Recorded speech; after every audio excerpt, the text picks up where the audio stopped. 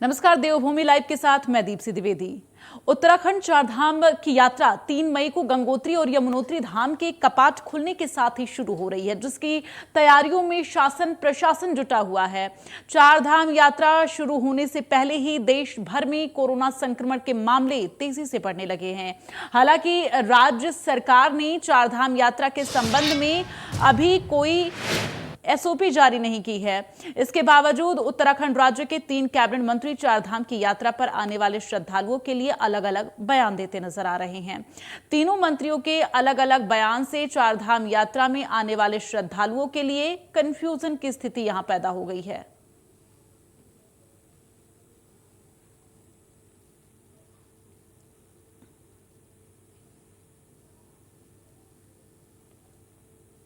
ये हमारी सरकार उसके लिए पूरी तरह तैयार है। माननीय मुख्यमंत्री जी उसकी खुद मॉनिटरिंग कर रहे हैं और जिस प्रकार से कोरोना के मामले बढ़ रहे हैं तो हमने उसके लिए RT-PCR टेस्ट को अनिवार्य कर दिया, क्योंकि किसी की जान की कीमत से ज़्यादा कुछ नहीं हो सकता। और बाकी हमारी यात्रा मार्गों को हमने दुरुस्त किया है, सारी सुविधाएं वहाँ पर हमारी सरकार दे रही है और सबसे बड़ी बात है माननीय मुख्यमंत्री जी बार बार उसकी खुद मॉनिटरिंग कर रहे हैं। इस बार पीक पर रहने की तैयारी निश्चित रूप में पीक पर रहने की है और हमने सबसे यात्रियों से आग्रह किया है कि जो SOP है उस गाइडलाइंस का पालन करें और मास्क जरूर धारण करें, क्योंकि मास्क मैंडेटरी है। सैनिटाइजेशन जो है मैंडेटरी है, तो निश्चित रूप में जो भी हिदायतें दी जा रही हैं उनका पालन करते हुए और यात्रा सफल बना। देखिए, हमने ये भी तय किया है कि हमारे टेस्टिंग जितनी हो रही है उसको दुगना किया जाएगा और जो लोग बाहर से आ रहे हैं उनको भी मैक्सिमम लोगों को टेस्टिंग के लिए जो है हमको प्रेरित भी करने हैं और उनकी टेस्टिंग भी करानी है। चारधाम के लिए जो लोग आएंगे उनको उत्तराखंड चारधाम की यात्रा 3 मई को गंगोत्री और यमुनोत्री धाम के कपाट खुलने के साथ ही शुरू हो रही है। हालांकि जिस तरह से देश भर में कोरोना संक्रमण के मामले बढ़ रहे हैं, लेकिन अभी उत्तराखंड सरकार ने चारधाम में आने वाले श्रद्धालुओं के लिए कोई अलग SOP जारी नहीं की है। तो वहीं प्रदेश के 3 मंत्रियों के अलग अलग बयान से चारधाम की यात्रा पर आने वाले श्रद्धालुओं में कन्फ्यूजन की स्थिति पैदा हो गई है कि आखिर चारधाम में आने वाले श्रद्धालुओं को किस तरह के एहतियात बरतने होंगे। फिलहाल चर्चाएं हैं कि जल्द ही राज्य सरकार चारधाम में आने वाले यात्रियों के लिए SOP जारी कर सकती है। इसके बाद ही स्थिति स्पष्ट हो पाएगी कि आखिर चारधाम की यात्रा पर आने वाले यात्रियों को किस तरह के एहतियात बरतने होंगे। कैमरामैन सौरभ के साथ रोज सोनी, इंडिया न्यूज, देहरादून। तो आपको बता दें 3 मई से चारधाम यात्रा की शुरुआत हो रही है और ऐसे में तमाम जो श्रद्धालु वहां जाना चाह रहे हैं पहले से ही बुकिंग कर चुके हैं। चूंकि पहले से ही बुकिंग सेवा जो है वो शुरू कर दी गई थी, ऑनलाइन बुकिंग सेवा जो है वो शुरू कर दी गई थी और अब ऐसे में जो श्रद्धालु वहां जाना चाहते हैं वो कैसे जाएं, ये कंफ्यूजन लगातार उनके मन में है, उनके दिमाग में है और अब देखना यह है कि किस तरह से वो श्रद्धालु रुक करें। फिलहाल आपको बता दें कि इसी पर खास बातचीत के लिए हमारे साथ जो मेहमान जुड़े हैं उनसे आपका परिचय करा देते हैं। देवेंद्र भसीन हमारे साथ वरिष्ठ नेता बीजेपी के हैं, जुड़े हुए हैं। सुजाता पॉल हमारे साथ जुड़ी हुई हैं, प्रदेश प्रवक्ता हैं कांग्रेस की। सबसे पहले आपसे जानना चाहूंगी देवेंद्र जी, क्लियर करिए कि किस तरह से जो श्रद्धालु पहुंचेंगे यात्रा में, चारधाम यात्रा में, उन्हें किन किन गाइडलाइन का पालन करना होगा, क्या SOP होगी, कुछ तो बताइए, क्लियर करिए ना। कंफ्यूजन की स्थिति इतनी क्यों है? देखिए, चारधाम यात्रा उत्तराखंड की आर्थिक की रीढ़ की हड्डी है और इस बार ऐतिहासिक रूप से इसे सफल होने की स्थिति सामने आ रही है और यही कारण है कि जैसे कि आपने भी कहा कि ये होटल्स वगैरह की बहुत अग्रिम बुकिंग हो चुकी है, हेली सेवाओं की अग्रिम बुकिंग हो चुकी है और सरकार हर मोर्चे पर तैयारी कर रही है और आगे चीजें बढ़ रही हैं। जहाँ तक आपने भी कुछ मंत्रियों के बयानों के बारे में बात कही, तो मैं इस पर ना जाकर के सीधा इस बात पर आता हूँ कि SOP जारी होनी है और अभी तक जो देश के अंदर परिदृश्य है, जो SOP केंद्र सरकार का है, अभी हम उसी को ध्यान में रख करके आगे बढ़ रहे हैं। उसमें एक निश्चित बात है कि जैसा कि कहा गया कि कोरोना के कुछ मामले बढ़ रहे हैं, तो हमें सतर्कता बरतनी है और इसके लिए जो वर्तमान में भी लोग आ रहे हैं उनसे भी यही कहा जा रहा है और जो नागरिक उत्तराखंड के उनसे भी कहा जा रहा है कि आप लोग मास्क पहनिए, सोशल डिस्टेंसिंग करिए। तो ये सब बातें हैं। तो अभी जो वर्तमान स्थिति है वो वही है कि जो SOP है वो किस रूप में आती है, लेकिन वर्तमान में किसी प्रकार से अभी किसी टेस्ट कराने की जो अनिवार्यता है या किसी और प्रकार की कोई स्थितियां हैं वो हमारे सामने नहीं है। इसलिए जो सामान्य पूरे देश के अंदर नियम चल रहे हैं, उत्तराखंड में नियम चल रहे हैं, उसी के तहत जो है ये हमारी चार धाम यात्रा भी होगी और निश्चित तौर पर। लेकिन देखिए, इससे पहले भी देवेंद्र जी, जिस तरह से कोरोना के केसेस, अगर हम सेकेंड फेज और थर्ड फेज का जिक्र करें तो जिस तरह से कोरोना के केसेस देखने को मिले थे, तो अलग अलग तरह से एसओपी जारी किए गए थे राज्य सरकार की तरफ से, और जो भी श्रद्धालु या पर्यटक जो वहां पे जा रहे थे उनके लिए अलग तरह के एसओपी जारी किए गए थे। लेकिन इस बार चारधाम यात्रा की शुरुआत तो 3 मई से होनी है और अब गिने चुने दिन बचे हुए हैं, उसमें भी अभी तक एसओपी जारी नहीं हुई है। जो श्रद्धालु वहां जाना चाह रहे हैं वो किस हिसाब से अपनी तैयारी करें? देखिए, मैंने आपसे जिक्र किया है कि इस समय जो पूरे देश के अंदर स्थिति है और उत्तराखंड में आने की स्थिति को देखिए। वर्तमान में जो नियम है वो यही है कि उत्तराखंड में जो भी आ रहा है वो आ रहे हैं और किसी प्रकार से उनके ऊपर RT-PCR की कोई अनिवार्यता नहीं है। यही कहा जा रहा है कि आप सतर्क रहिए, आप डिस्टेंसिंग रखिए, आप मास्क पहनिए, और उत्तराखंड के लोगों के लिए भी ये बात कही जा रही है क्योंकि यात्रा चार धाम की तो है ही है, साथ ही इस समय जो सीजन चल रहा है टूरिज्म का, हम दोनों को जोड़ के देखिए ना कि केवल चार धाम की यात्रा 3 तारीख से प्रारंभ होने वाली है, लेकिन जो पर्यटन ग्रीष्मकालीन पर्यटन होता है, जो हमारी और एक्टिविटी जुड़ी हुई है टूरिज्म से, वो सारी चल रही है। तो उसी क्रम में ये भी चलने वाला है, इससे किसी प्रकार से कोई भ्रमित होने की आवश्यकता नहीं है। जिस वर्तमान नियमों के तहत हमारे टूरिस्ट आ रहे हैं, उसी नियमों के तहत हमारे पर्यटक भी आ रहे हैं, और उसी के तहत जो है हमारे जो श्रद्धालु आएंगे चारधाम यात्रा के, वो उसमें भी आएंगे। लेकिन आपने जो एक बात की कि अगर स्थितियों में कोई परिवर्तन होता है तो निश्चित तौर पर जीवन महत्वपूर्ण होता है, तो उस समय की स्थितियां के अनुसार सरकार आगे कदम उठाएगी। लेकिन वर्तमान में जो स्थिति है वो मैंने आपके सामने रखी है। ठीक है, वर्तमान में स्थिति है कि आप देवेंद्र भसीन जी ने क्लियर कर दिया कि जिस तरह से अभी जो पर्यटक आ रहे हैं, जो गाइडलाइन का पालन कर रहे हैं, जिस तरह से वो आ रहे हैं अब यहाँ पर उत्तराखंड घूमने के लिए, तो जिस तरह से पर्यटक आ रहे हैं उसी तरह से चारधाम यात्रा के लिए जो श्रद्धालु आ रहे हैं उसी तरह की गाइडलाइन का पालन करें। यहाँ पे भ्रम की स्थिति नहीं होनी चाहिए, क्योंकि देखिए देश में पिछले 2 साल से लगातार लोग कोरोना के कहर से जूझ रहे हैं। जी बिल्कुल सही कहा आपने दीप्ति जी, मगर पिछले 2 साल से अगर कोरोना का कहर बरपाया हुआ है हम सब पर, तो क्या भारतीय जनता पार्टी की प्रचंड बहुमत की सरकार को पहले से तैयारी नहीं करनी चाहिए, जब ये कहा जा रहा है कि चौथा वेव आ सकता है? क्योंकि अभी रिसेंटली इन्होंने एक आदेश जारी किया है जो बहुत अच्छा आदेश है कि अगर आपने मास्क नहीं पहना पब्लिक प्लेसेस में तो 500 रुपए का जुर्माना हो जाएगा। तो आप मुझे बताइए कि जब वेव आ जाएगी तब करेंगे ये एसओपी नई जारी? और अगर आप एसओपी की बात करते हैं तो मैं समझ सकती हूँ कि एक तरफ तो ये चाहते हैं कि जनता हो जाए आत्मनिर्भर, और दूसरी तरफ ये बता रहे हैं कि भाई अभी हमें खुद ही नहीं पता कि क्या करना है। अब आप देखिए कि आज है 29 तारीख, यानी कि 30, 1 और 2 3 ही दिन बचे हैं ना पर्यटकों के पास। लेकिन जो दूर दराज के इलाकों से आएंगे डॉक्टर वसीम, क्या वो अपने यात्रा पे शुरुआत उनकी यात्रा की पहले नहीं हो जाएगी? तो उन्हें पता नहीं होना चाहिए कि क्या चीज लानी है? भाई एसओपी जारी करने में इतना टाइम क्यों लगाया जा रहा है? ये तो मेरा सुझाव है भारतीय जनता पार्टी की सरकार को, देवेंद्र भसीन जी के माध्यम से और आपके माध्यम से, कि एसओपी तुरंत ही कल तक जारी करवाई जाए और उसमें ये अनिवार्यता अवश्य रखिए आप RT-PCR नेगेटिव टेस्ट की, क्योंकि आने वाले समय में पता नहीं कि क्या होगा। और जो, क्योंकि हम नहीं चाहते कि यात्रा बाधित हो, ये आप भी जानते हैं कि ये बहुत जरूरी है इस बार। इसलिए अगर हम उन्हें कहते हैं कि आप RT-PCR टेस्ट लाएं और कोविड जो वैक्सीनेशन का सर्टिफिकेट है वो उनके पास रहेगा, और सभी को अब बूस्टर डोजेस मिलने लग गए हैं, तो एक्सक्यूज मी, अगर वो ये लेकर आते हैं तो ये पहला कदम होगा। दूसरा कदम, मैं सहमत हूँ धन सिंह रावत जी की बात से भी कि कोरोना टेस्टिंग जो है उन्होंने कहा कि डबल कर दिया जाएगा और उसको बहुत तेजी से करा जाएगा। तो उसके लिए जो तैयारियां हैं, कौन से पॉइंट्स पे होंगी, वो आप अभी बताइए ना, क्योंकि जो लोग आएंगे उनकी भी टेस्टिंग आपको करनी पड़ेगी।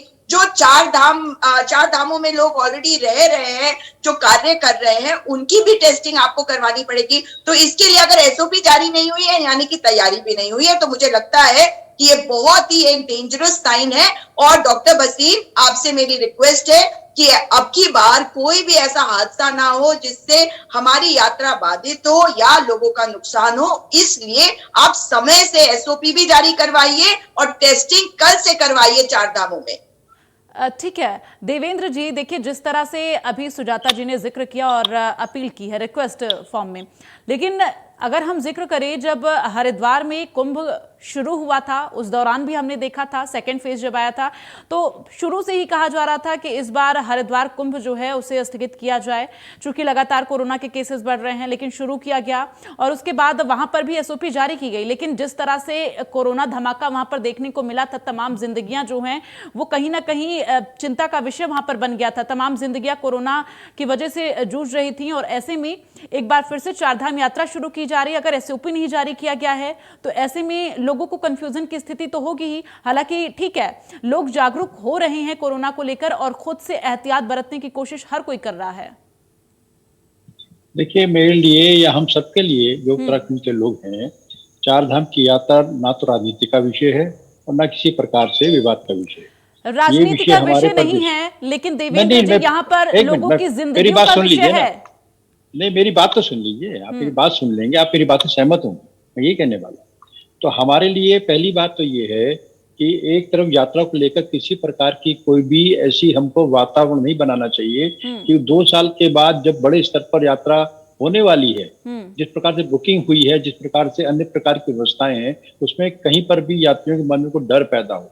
और एक एसओपी की जहाँ तक बात है, देखिए लगातार एसओपी जारी होती हैं, सुजाता जी भी जानती हैं कि प्रशासन के द्वारा हर समय पर एसओपी जारी होती हैं, कब हमको क्या करना है, क्या नहीं करना है, ये सब बातें लगातार चल रही हैं। तो वर्तमान में जो एसओपी है जिसके तहत उत्तराखंड में लोग आ रहे हैं, उसके अंतर्गत ना तो आरटीपीसीआर की बात कही गई है, ना किसी और प्रकार की बात की गई है। और मैंने कहा कि अब तो क्या चारधाम यात्रा के लिए जो श्रद्धालु आ रहे हैं उनके लिए आरटीपीसीआर की जरूरत नहीं है? मैंने कहा अभी तक जब तक एसओपी में नहीं आएगा, नई परिस्थितियों में एसओपी आएगी ना, मैं कहना चाह रहा हूँ। देखिए, मैं वही कह रहा हूँ ना, मैंने आपसे क्या कहा, अब हम किसी और की बात पे मैं नहीं जा रहा, मैं किसी प्रकार के कंफ्यूजन में भी नहीं किसी को डालना चाहता, ना मैं किसी आने वाले श्रद्धालु को मन को भय पैदा करना चाहता हूँ। मैं कह रहा हूँ कि आज की तारीख में जो एसओपी है, जिसके तहत हमारे पूरे देश से और बाहर से भी लोग जो हैं उत्तराखंड आ रहे हैं, अपने टूरिज्म को लेकर के, अपनी जो एक्टिविटीज है उसको लेकर के आ रहे हैं, एडवेंचर स्पोर्ट्स यहाँ पर चल रहे हैं, ये सारी गतिविधियां बहुत तेजी से आगे बढ़ रही हैं हमारे सामने। तो वही स्थिति इस समय है। हाँ, अगर मान लीजिए कि अगर कोई चीज आती है सामने, तो निश्चित तौर पर प्रशासन उसके लिए सतर्क है और नई स्थितियों में नए कदम क्या उठाने होंगे, ये सरकार की सब पूरी नजर रहती है। और ये एसओपी जो तैयार की जाती है वो तात्कालिक और पॉलिटिकल नहीं हुआ करती, वो सुजाता भी जानती है, आप भी जानती है कि ये इसमें एक्सपर्ट्स कमेटीज हैं जो कि अपने आप में राय देती हैं कि हमको ये इस पर बंदिशें लगानी चाहिए और फिर प्रशासन उन बंदिशों को लागू करता है। तो मैं समझता हूँ कि एज ऑन डेट जब हम बात कर रहे हैं तो जो वर्तमान की एसओपी है वो लागू है, यात्री आ रहे हैं। आने वाले दिनों में जब सुजाता जी भी कह रहे, मैं उनकी बात से सहमत हूँ कि 3 तारीख को गंगोत्री जी का, यमुनोत्री जी का कपाट खुलने वाले हैं। जिनको 3 तारीख को कपाट खुलने के समय वहां रहना है, वो निश्चित तौर पर अपनी यात्रा को पहले प्रारंभ करने वाले हैं। तो उनका कोई आरटीपीसीआर उस प्रकार की आज की तारीख में स्थितियां नहीं है।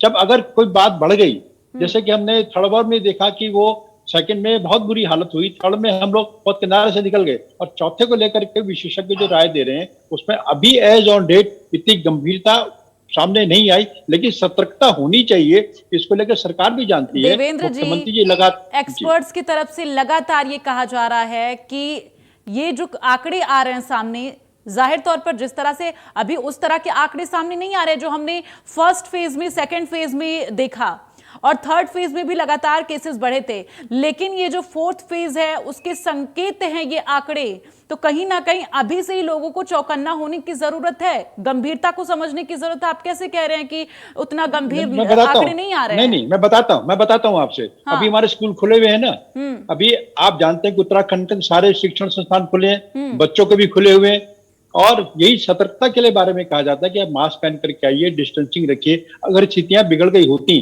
तो पहला काम क्या होता? पहला काम स्कूल बंद करने का होता। लेकिन हमारी पूरी शिक्षण व्यवस्था चल रही है, ऑनलाइन शिक्षण के स्थान पर सीधा क्लासरूम टीचिंग, ऑफलाइन टीचिंग चल रही है। सारी गतिविधियां, चाहे शादी ब्याह अन्य कार्यक्रम में वो चल रहे हैं, उनमें सीमाएं बढ़ा दी गई हैं। तो मेरा कहने का मतलब यह है कि ये सब बातें हमारे सामने हैं। देवेंद्र जी देखिए, जो डॉक्टर वसीम कह रहे हैं वो मतलब बिल्कुल इम्प्रैक्टिकल बात है, क्योंकि सच्चाई ये है कि अभी स्कूल्स की बात कर रहे हैं डॉक्टर वसीम, तो अभी रिसेंटली अखबारों में आया है, और ये डॉक्टर वसीम बताते हैं कि अखबार झूठ बोल रहे हैं कि कुछ बच्चे जो हैं वो कोरोना संक्रमित पाए गए हैं एक टीचर भी एक स्कूल में, डालनवाला के एक स्कूल में संक्रमित पाए गए हैं। अब डर और भय का वातावरण ना हो, इसी कारण से जरूरी है कि समय से नया एसओपी जारी किया जाए, क्योंकि देखिए आपकी सरकार है और प्रचंड बहुमत की है, लेकिन ये सरकार का कि ये जैसा आप कह रहे राजनीति का विषय नहीं है, मैं भी इस बात को मान रही हूँ। मैं इस बात को मान रही हूँ कि इस बार हमारी यात्रा बाधित नहीं होनी चाहिए, इसलिए हम पहले प्रिकॉशन लेते हैं डॉक्टर वसीम, हम बाद में थोड़ी प्रिकॉशन लेंगे। प्रिकॉशन अगर आज ले लेते हैं और कुछ स्ट्रिक्टनेस भी हो जाती है तो भी किसी को कोई प्रॉब्लम नहीं होगी, तब कम से कम हर व्यक्ति को पता होगा कि हमें सावधान रहना है और यात्रा जो है वो बहुत अच्छी तरह से चलेगी। अब आप देखिए कि कुंभ के समय में भी आपको याद है हमारे तो डीजीपी महोदय भी बोल रहे थे कि नहीं कोई प्रॉब्लम नहीं है, मैं अपनी पत्नी के साथ वो फोटो भी डाल रहे थे कि वो वहां पे है, तो हमें भरोसा हो रहा था कि शायद हरिद्वार में कुंभ जो बहुत अच्छी तरह से चल रहा है, लेकिन फिर अचानक से वेव आया। कह दीजिए कि मैं झूठ बोल रही हूँ, मैं इस कारण से कह रही हूँ कि अगर हम पहले ही तैयारी कर लेंगे तो कम से कम, अगर भगवान ना करे कि ऐसी स्थिति आए, लेकिन अगर ऐसी स्थिति आनी भी होगी तो वो नहीं आएगी। मैं इसलिए प्रिकॉशन की बात कर रही हूँ डॉक्टर वसीम।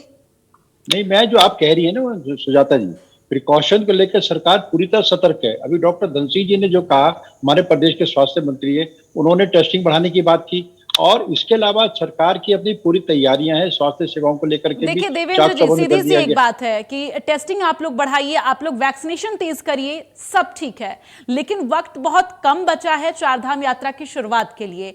ऐसे में एसओपी कब तक जारी होगा, ये आप इंडिया न्यूज पे लगातार बने हुए हैं, इसलिए मैं चाहती हूं आप दर्शकों को बताएं कि कब तक एसओपी जारी कर दिया जाएगा, क्योंकि जो भी यात्री, जो भी श्रद्धालु चारधाम के लिए आ रहे हैं, ताकि उस प्रिकॉशन को वो पूरा कर सकें। देखिए, जो मैंने अभी कहा, मैं आपके माध्यम से दर्शकों को भी बताना चाहता हूं कि अभी जो वर्तमान में एसओपी लागू है उसी के तहत उनको आना है और उसमें जो मुख्य बात है वो है आपकी मास्क पहनने की। यानी कि आप क्लियर कर रहे हैं ना कि एसओपी कोई अभी जारी नहीं होनी है। क्लियर कर रहा हूं। और इसमें अगर नहीं, अगर जैसे कि सुजाता जी की स्कूल की बात की, अगर कहीं स्कूल में कोई दिक्कत हुई है तो तत्काल कार्रवाई की गई। तो मैं कह रहा हूं सरकार पूरी तरह से सतर्क है, लेकिन अभी वो स्थितियां नहीं है कि हम बिल्कुल आरटीपीसीआर अनिवार्यता कर दें और बड़ी बड़ी लाइन लगा करके अपने जो हमारे श्रद्धालु आ रहे हैं उनको बाधित करें। वो स्थितियां कतई नहीं है। अभी जो वर्तमान में स्थिति है, जिस नाते से हमारे पर्यटक बाहर से आ रहे हैं, उसी क्रम में हमारे श्रद्धालु भी आने वाले हैं।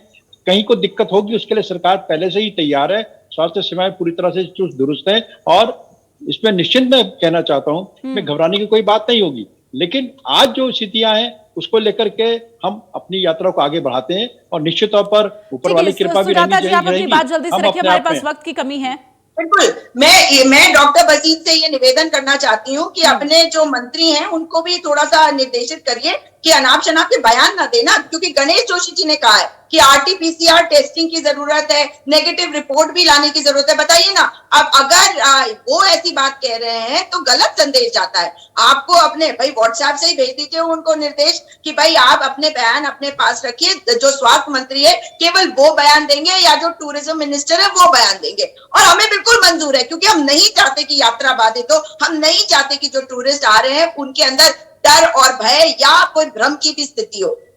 बिल्कुल, डर और भ्रम की स्थिति होनी भी नहीं चाहिए, लेकिन जिस तरह से कोरोना के आंकड़े एक बार बढ़ने शुरू हुए हैं, ऐसे में कहीं ना कहीं कंफ्यूजन की स्थिति लोगों के बीच में जरूर आ गई है। फिलहाल चर्चा में शामिल होने के लिए सुजाता पॉल जी और देवेंद्र वसीम जी, आप लोगों का बहुत बहुत धन्यवाद चर्चा में शामिल होने के लिए। तो कुल मिलाकर यहाँ पर देवेंद्र जी, जो कि बीजेपी के प्रवक्ता थे, उनका साफ तौर पर यह कहना था कि कहीं ना कहीं जो अभी गाइडलाइन जिसका पालन किया जा रहा है उसी के तहत जो चारधाम यात्री हैं उन्हें आना है, यानी कि अभी एसओपी जो जारी नहीं हुई है, तो ऐसे में जो अभी प्रतिबंध है उसी तरह के प्रतिबंध आगे भी लागू रहेंगे। और चलिए फिलहाल इसी के लिए बस इतना ही और देखते रहिए आप इंडिया न्यूज।